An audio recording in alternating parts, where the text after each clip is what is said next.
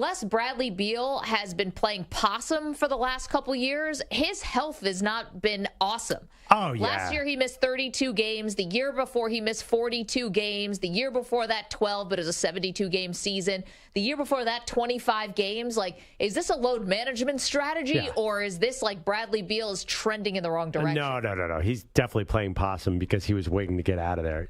He's going to be remarkably healthy after that. This is going to be a whole new Bradley Beal. Regardless, who cares if Bradley Beal's missing 30 games? You're telling me that team can't make the playoffs with Kevin Durant and Devin Booker? Kevin Durant hasn't played more than 55 games since the Achilles. Devin Booker missed 29 games last year, 14 the year before. I'm saying all three of these guys have not exactly been the model of health. I mean, Booker more than the other two, of course. But they showed up in the playoffs and actually beat the Nuggets in 2 games, which is the most anybody did, with just this thin lineup that they had. That's why I'm not saying that they made this move out of any kind of strength. Yes, all those things are true. But just standing pat and running it back with Chris Paul, that would never work. Talking about injury prone. Right. At least they don't have Chris Paul in the lineup. Doesn't that make you feel a little hopeful? Well, okay, so that was the trade. Chris Paul, Landry Shamet, multiple second-round picks and multiple pick swaps. And you might be listening to us on your car, smart speaker, youtube.com/CBS Sports Radio, and wondering, isn't Bradley Beal making an obscene amount of money? Yes. Isn't Bradley Beal a 3-time All-Star? Yes, he is. Then why would Bradley Beal be getting traded for CP3, Landry Shamet, and multiple second-round picks when Rudy Gobert was traded for 4 first-round picks? How does that make any sense? Well, the answer is it makes no sense at all. And the reason why is because the last regime in Washington, where Bradley Beal was previously playing, not only gave him a super max contract that they probably regretted the moment it got signed, for some reason on basketball God's green earth, they gave him a full no trade clause. Why they did that, they must have been dumb or desperate or both, because he was able, Perloff, to tell the team exactly where he wanted to go. Right. And if it wasn't going to be Phoenix, then he was going to veto every trade. I mean, this to me, kudos to Beal because he navigated where he wanted to be, but everyone else loses here. Well, why didn't they just play hardball and say, you know what, we're not going to trade you? The reason why I think they won't come out and say this is because now Washington has got to be on a mission to be the worst team humanly possible. For who? To try to tank for somebody. Now, Victor Wembanyama's not sitting there. The French windmill, as Perloff has called him, but someone is going to rise to the top of the draft. Well, here's the thing. You just said that Bradley Beal never plays anyway, so what's the difference? It sounds like a great tanking player. He's only going to play 35 games. Well, keep him on the bench. I guess at least you get out from under his contract. If you consider that an asset, then you could say at least the Wizards got out from having to pay him $200 million. Yeah, but they some people have written that they could have played hardball and said, listen, Bradley, you have a no-trade clause. We're not going to send you where you want. You have to play this year in Washington. And then as they get closer to the trade deadline, he's going to be so eager to get out of there and be part of the mix that he would have taken many teams. Now it's June. He doesn't have, he has no leverage against him. He can basically pick whatever team he wants.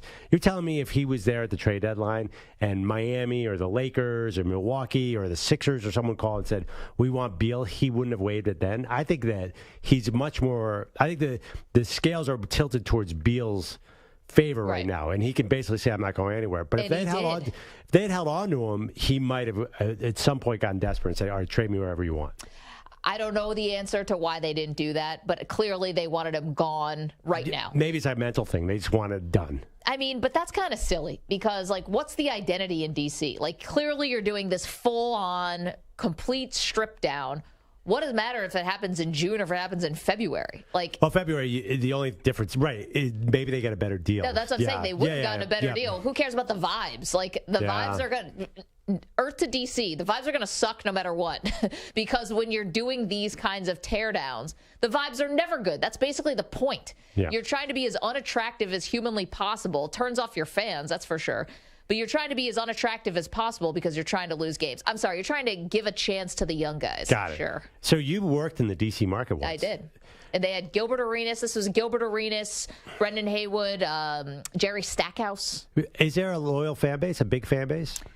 I wouldn't say big. Loyal, maybe.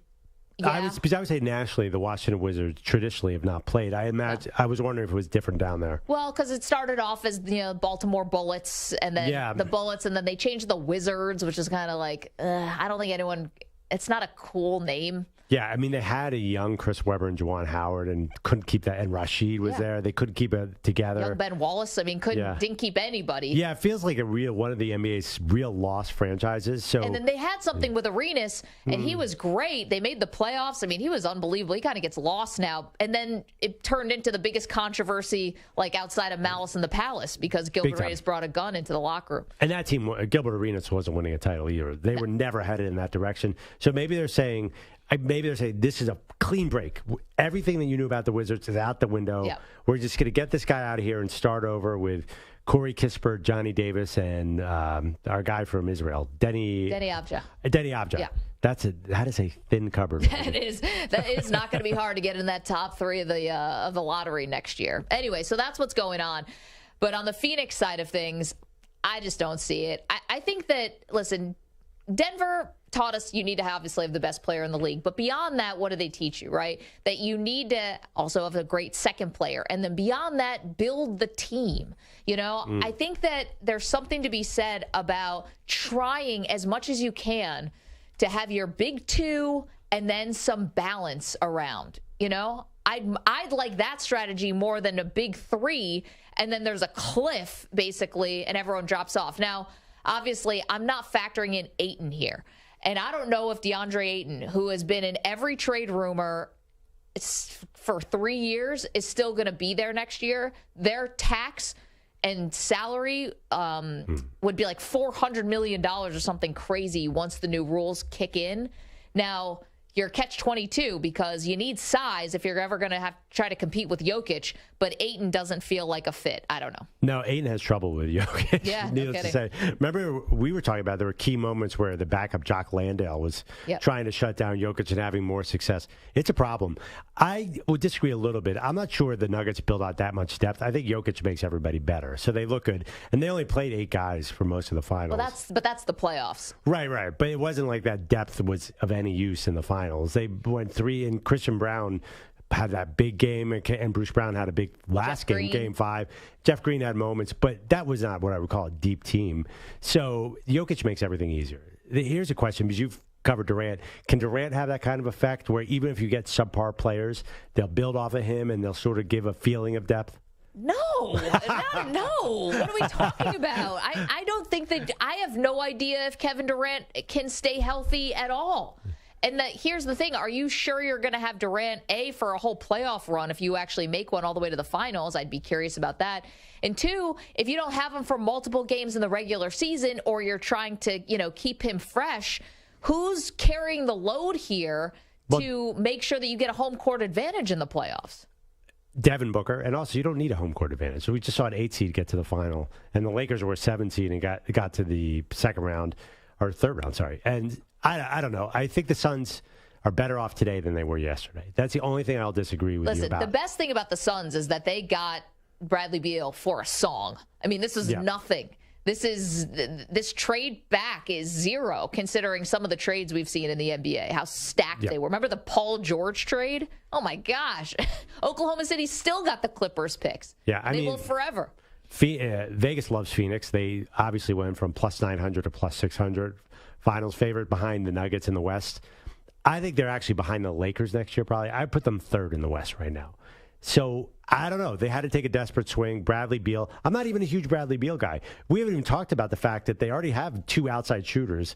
Bradley Beal is duplicative of Booker, isn't he? So now Booker has to move over to point guard. That doesn't seem like a great fit. The whole thing, the one reason I have some optimism? Frank Vogel, though. He's a good coach. He could coach up some defense. Which is going to be more energy these guys have to expend on both sides of the court. They should.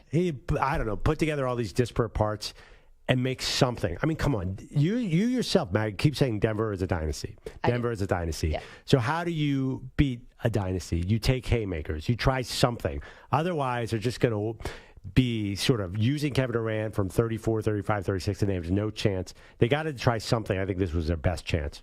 Love you guys in the chat, youtube.com/CBS Sports Radio if you want to watch the show. Laura says, Happy Dappy Slappy Hour. Is that it? is that what they're calling the first hour of this show? Happy Dappy Slappy Hour. And a happy dappy to you, too. I don't know what that is. But it's not even 3:20 Newfoundland time yet. I like it. You want to weigh in, you can do it. Join the Weedos and the Purple Drankers. Want to hear your thoughts. Super teams, do they still work? I don't know. I think you have more evidence that they don't, and we have more of the what could have beens, like Kevin Durant and James Harden and Kyrie Irving, and more of those in the graveyard of those attempts than we do successful super teams. Yeah, you're right. Although now you look back on that, I like this super team better than that super team. Yeah, but think about it. When that super team got together, you got multiple MVPs on that super team. You had lots of finals experience on that super team, and they did bupkis. I mean, listen, Kyrie Irving and James Harden, you could put Kevin Durant with any two players and be better than that. I think that we learned really quickly that you got to have the right personalities to make this work.